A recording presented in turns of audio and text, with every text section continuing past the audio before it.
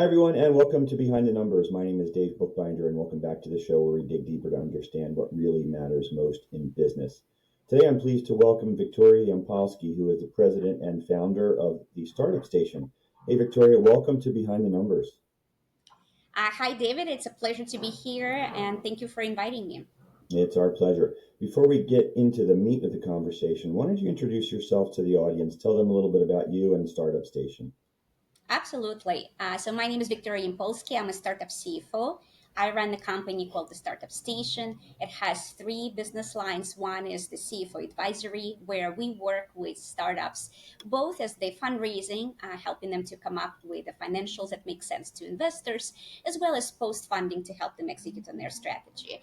The second part of the business is education. We do a lot of various webinars, podcasts, publish content for the entrepreneurial community, educating founders on the subjects of accounting, startup finance, valuation, and financial modeling. We also have a paid curriculum with more technical knowledge available as well for those founders who prefer to go deeper into the subject area.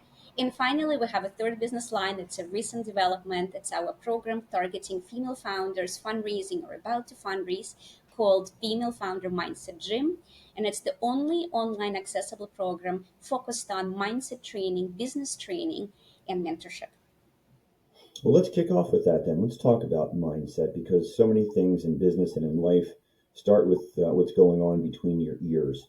So, why don't you explain that to the audience? Where does mindset fit into this whole concept of finance and leadership? Absolutely. So, the way I think about mindset is that it's a set of beliefs that drives business decisions, drives conflict resolution, drives how you evaluate opportunities, the company's potential, how you react to investors' meetings and feedback that you get from them. When do you stop pursuing a certain course of action? So, especially if you are a startup founder and you're operating in an environment with a lot of uncertainty, a lot of financial stress, a lot of stress in general because you are depending on a lot of people and you don't really know, you don't really control a lot of variables. It's very important to keep focused, to be very clear about what you can and cannot control, and to be aware of your thoughts, because ultimately it's the thoughts that will determine your actions, and these actions will determine the outcome of your venture. So let me give you an example. Let's say that you're a founder and then you were fundraising and then you got negative feedback from 10 investors. If you are a founder that has an ego, you may think two things. One is, oh, there is bias in the market if I'm a underrepresented founder. They're giving me this feedback because of who I am and not because of what my venture is, and not look for the pockets of truth in that feedback that can help you improve your value proposition. Right? So they will focus just on the negativity, just on the criticism. And after getting 10 negative results, they may choose to stop because they cannot succeed. It's not the right environment. There is bias in the market, etc. Now let's take another founder who is secure and knows that what they're doing is a good idea, but it may need refinement. Let's say they get the same negative feedback, and let's say that this feedback is not given in a kind way, because investors are not your mentors. They're not there to cajole you around your entrepreneurial journey and tell you, oh, but we don't want to upset you in any way, but would you like to, fix the slide in this way? No, they're going to tell you in a way how they're capable of and based on their time constraints, and it may not be pleasant. So let's say that you have a founder who understands it and who's like, okay, I got 10 negative responses. Let me understand what is common between those responses. What is the common theme? What can I do to make my value proposition better, to address their concerns? And let me try again. If maybe I can go back to them and say, hey, I fixed it. What do you think? Maybe these are not the right partners, but I have enough confidence in my venture, in my ability, that I believe that I will find the right partners who will believe me and join me on my journey. So if you have this mindset, even if you get a negative response, it gives you enough drive to take it, take whatever you need to do to adjust if you're pitching your pitch decks, financials, whatever it is, and go on. The same can be applied to absolutely any entrepreneurial situation. Let's say you go into market and you can't get clients. You can again be in the mindset, these clients are not ready, my product is awesome, I'm awesome, screw them, and then you're still sitting with no sales.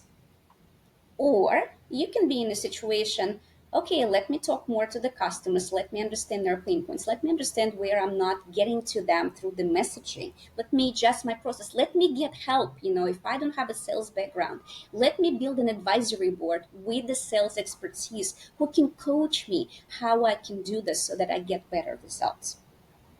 Now, we're starting with the same outcome, but because we have a different perspective, we're going to end up in a completely different situations in the end. And guess what? The financial result is also going to be different. So there is a direct link between what you think and the financial results that it will eventually translate to as a result of your decisions over time. Yeah, because your thoughts will drive your beliefs, and your beliefs will drive your behaviors, and that's going to drive your actions.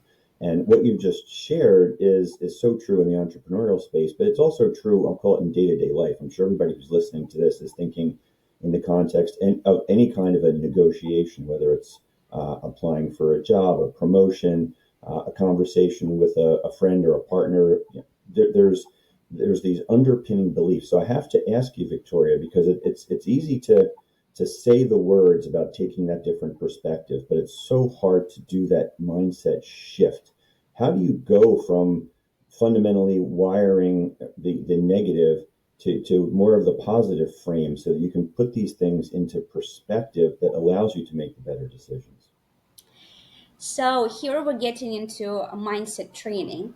And what has helped me to embark on this journey is that realize that my brain is a biological computer and it can be trained just like my body. So if I go to the mind gym, just like I go to the gym, where I exercise certain ways of looking into things, just like I exercise my body, over time my reactions will be different. It's not going to happen immediately, and it depends on how consistently I do it, just like when you go to the gym. Now, there are proven ways of how you can control your mind, of which is meditation, exercise, taking walks, going, setting aside time in your day where you can stop and then you can really focus on taking pause, understanding what's bothering you, and learning to share it and to process so that you gain self awareness of what is going on. Right? And so these are all the components that we've included in our program that we're running for female founders, as well as with proven strategies that were created by the coach of how to react in different situations so that you can stop the thought cycle and get out of the rabbit hole in which you may be in. And then if you do it over time, your brain will learn because we are a biological machine, and then there is neuroplasticity, and it's been proven by many people that when you train your mind, you will get results. It's an important consideration. For example, in sport, just now I was watching U.S. Open, and I was so inspired by the two champions. So the female singles champion is Arina Sabalenko, happens to be also from the former Soviet Union, just like I am, and the male singles champion is Yannick Sinner, so he's from Italy. They both talked about mental toughness. In fact, Arena talked about the journey that she took over the past year when she did not win in the past year's US Open. And she got all the way to the finals, and it was devastating for her. And she went back and she trained harder and she worked on her mindset. And this year, she was able to win two big championships, Australian Open, US Open, only the fourth woman ever to do it.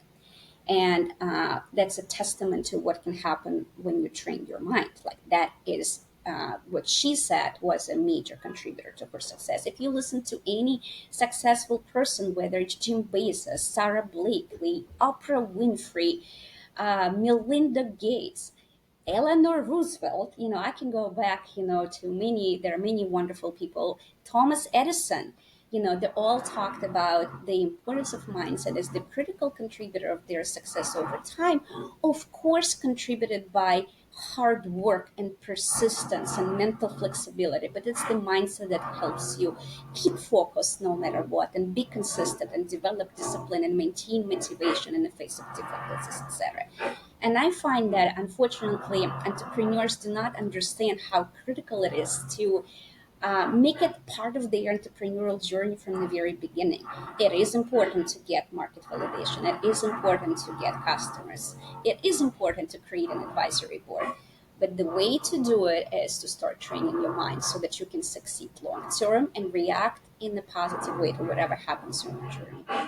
Yeah, and along the way, that's how the successful ones develop what we call resilience, and the ones that give in to that wind up going down a path that they ultimately probably regret.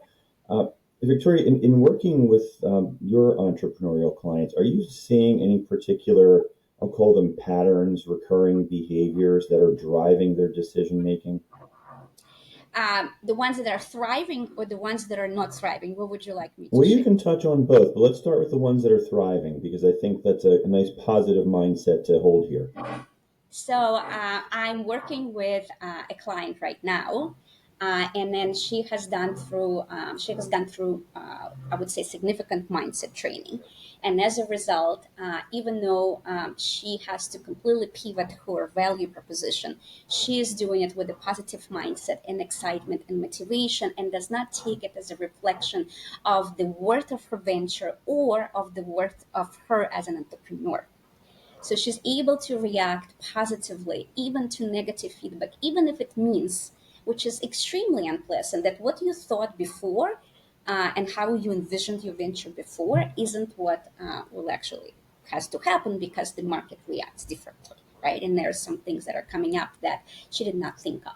And I have another client who have come up with a beautiful, great product for women actually that I myself use. It's premenopausal supplement.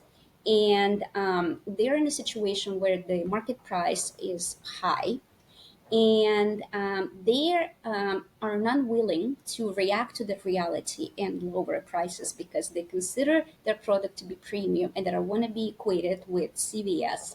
And as a result, they're sitting on an amazing product with no sales. And it's a very difficult mind shift to take. There's two of them, there's different personalities and different considerations and beliefs. But in the end, this is the reality that they're in, and so far they have been unable to get out of that situation.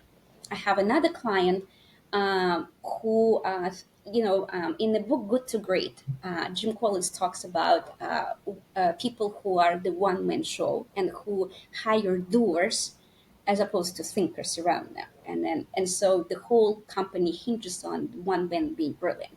This is my client who likes to surround himself with people who just do what he says. Unfortunately, in his situation, he doesn't know finance. And by not getting help early enough, he ended up in a situation where his company went into bankruptcy. And that's an example of what can happen if you don't pay attention to such a critical function in your business, such as finance. Because, if you think about it, it is the language with which your company speaks to you. It's the only way how it can communicate whether or not it's doing well, what needs to be changed, what's working, what's not working, which departments need a little bit of help, which business lines need a little bit of help, or vice versa, which ones are ready to grow further. So if you don't have the right mechanisms to interpret the data, you're going to be in a situation where eventually you're going to run out of cash. That is 100% the case. The only thing we don't know is when it's going to happen, depending on how much money is being generated by the business. In his case, it happened after 5 years. It's a story and a recurring theme that I've heard and observed personally, where so many entrepreneurs are good at the thing, right? They've created a product or a service. They're good at sales, they're good at relations and things like that. But the finance component is often lacking. Um, and a lot of times to their own peril, as you just described here. What are some of the other common mistakes that you're seeing that founders and entrepreneurs are making? Well, when they fundraising, there are different mistakes that people make at different stages. When they fundraising, the mistake that I find that they make the most is how they think about their revenues. They use typically two ways to predict them. Either they say, "Oh, let's assume a certain percentage of market share," which is not connected to the product development timeline, to their capital constraints, to the sales cycles if they're using a sales force, to the number of people or the hiring cycles that they need to consider if they're planning to use a sales force or if they use any marketing budget to the conversion rates or the actual budget that they have available in order to produce certain conversions. So one approach is to consider the market share, some arbitrary growth rate just because it seems small or large, whatever the vision is, or they have maybe they have some beginning number of users, some small number of users, and they're just going to apply a growth rate that is again has the same problem. And it is my advice to all founders, regardless of whether they have revenues or don't have revenues, to really think through and model their go to market strategy and to really understand what other aspects of the business will be connected to revenue growth. For example, customer departments, account management departments, maybe some IT maintenance, etc., so that you build a model that is flexible. And as you put in different growth assumptions, the operational part of it to support that growth is properly reflected as well. So these two mistakes, which is projecting revenues and then not really understanding the cost of supporting that growth, are the two most common mistakes that I see. The third one would be not really understanding unit economics and not really being able to calculate the metrics that will determine success, that will determine whether the company is following a strategy and producing the results that the management expects. And so all of this comes from finance not being an area of expertise. For example, I have a computer science degree. I have not programmed in 20 years, and I would not pretend that I can now go and program even a simple website. The amount of time I would spend would not be, uh, you know, justified with, and I will still not produce a good product. But with finance, it's a similar thing. If you don't understand how to think about it, you have two choices. One is to educate yourself and then learn, or you can also get help. But if you just hack it in this specific area, the result is going to be a model that investors are going to laugh at, and it will ultimately reduce your credibility and hurt your chances of fundraising. When post funding, the mistakes that I see is that the entrepreneurs often only hire accountants that file taxes and bookkeepers who just record results without understanding what is going on with the company's strategy, how it's translating to financial results, and then what is the reconciliation between what they thought and planned for happen and what actually happened, and what does that mean for the steps going forward. Just recording results and looking at the high number or low number tells you nothing if you don't understand the decision making process that led to this number. A lot to unpack there, and I'm a so-called valuation expert, and I've helped clients in valuing their businesses for way longer than I care to admit, and former investment banker as well. And I've seen this movie so many times. In fact, I just got contacted by a CEO of a startup who shared a pitch deck with me, and the valuation was predicated on what you just described here. Total addressable market size is X, and if we can get just 1% of X, then in 5 years we'll be $1 billion company. Um, the investors that got that deck threw up on it. The other thing that you talked about, which is oh so important, is the projections and building a model that's flexible and robust and has some thought and some underpinnings to it, because ultimately buyers and investors are going to be looking into it and doing their own modeling. And it's a guidepost for you. It's your strategy going forward. It's a document that should be living and being updated constantly. Absolutely. And I would say that the way to think about what is the financial model doesn't matter what stage it is. It's a planning tool, right? It's a representation of the plan.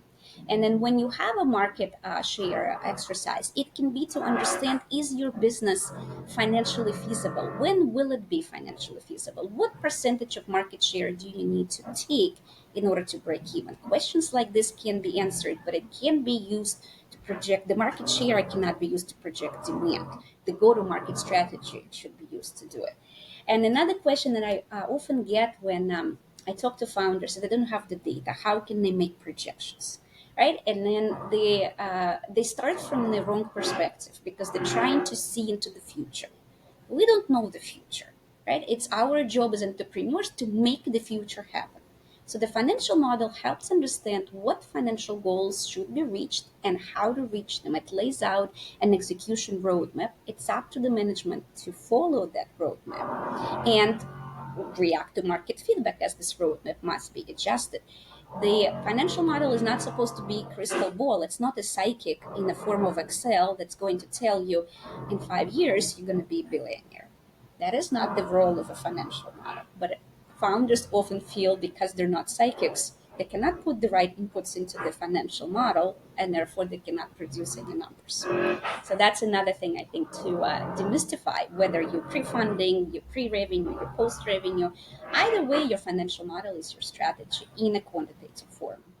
Yeah, and there's so many different metrics that people hear about when I talk to business owners, entrepreneurs. They've heard about EBITDA. Some of them know how to spell it. Some of them know what it means, sort of. What, in your view, are the most important financial metrics that entrepreneurs need to be thinking about and tracking? Well, you touched on a very important one. EBITDA is operating income, which is you get it by deducting your variable costs, which are costs that vary with revenues, and your fixed costs, which are your operating costs, costs that don't vary with revenues. So you get how much money you make from operations. However, it is not the same as cash flow from operations because the way you calculate EBITDA includes some non-cash expenses. And so it's very important to look at both. And its cash flow from operations is an extremely important metric because it also accounts for the differences in timing for when you book revenue and you get cash from it, or you book expenses and you actually have to pay them. And for product companies, it accounts for inventory. And of course, it reverses the effect of non-cash expenses that are included. They're not included in EBITDA, I apologize, but they will be included in EBIT. So when you calculate the cash flow, you will have to reverse those effects. Generally speaking, founders do not understand the difference between net income and cash flow and why they're different. And I want to go over. So why one reason why they're different is because net income has non-cash expenses, like I mentioned. The second reason why it's different is because there are, like I've also mentioned, sometimes timing differences between when you get revenue, so you get cash for it, that's an account receivable.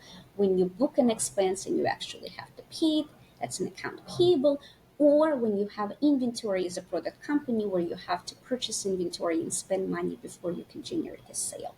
And the third difference is that cash flow is not just generated by operations. There are also two other sources that affect liquidity, and their investment and financing activities.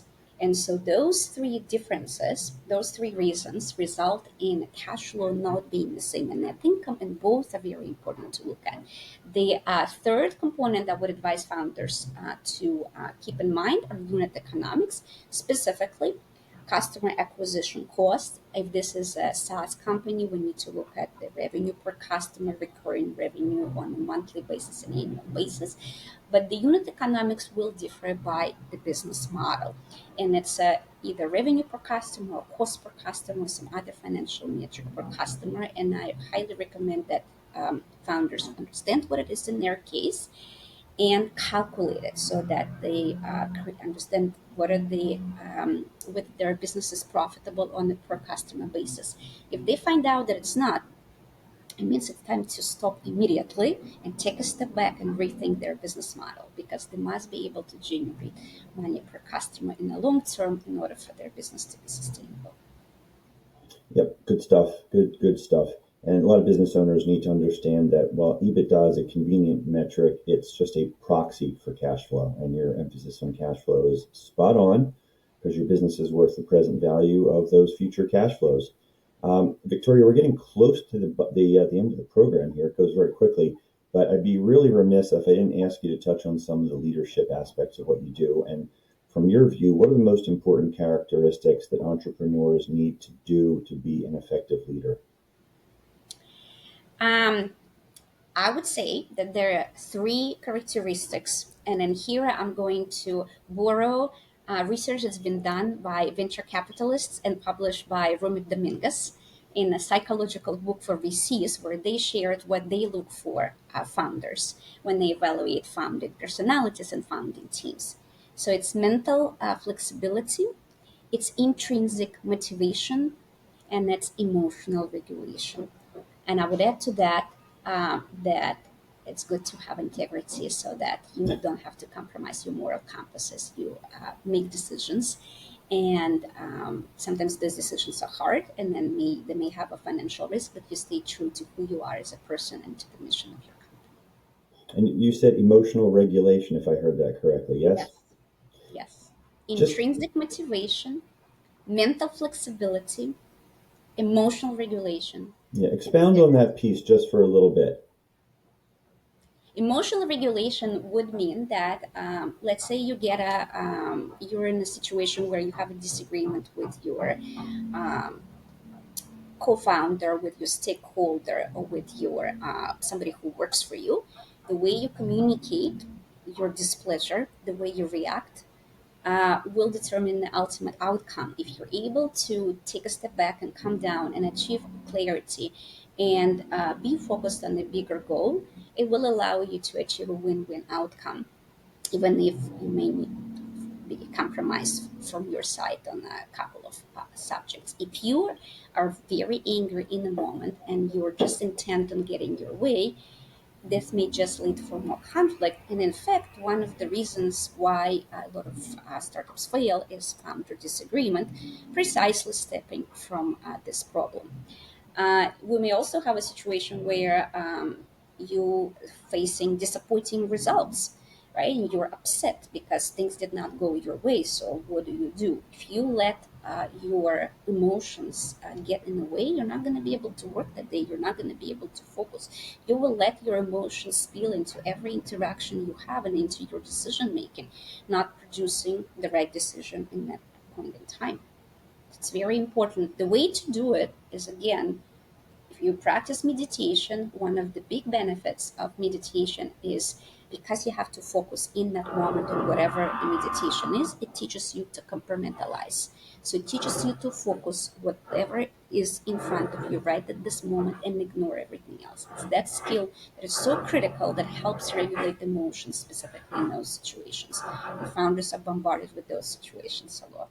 Yeah, And people that's in general. solid advice about the meditation piece for sure. Victoria, unfortunately, we're out of time here, but before we go, why don't you tell the audience how they can connect with you if they want to learn more about you, how to work with you, and what's next for you?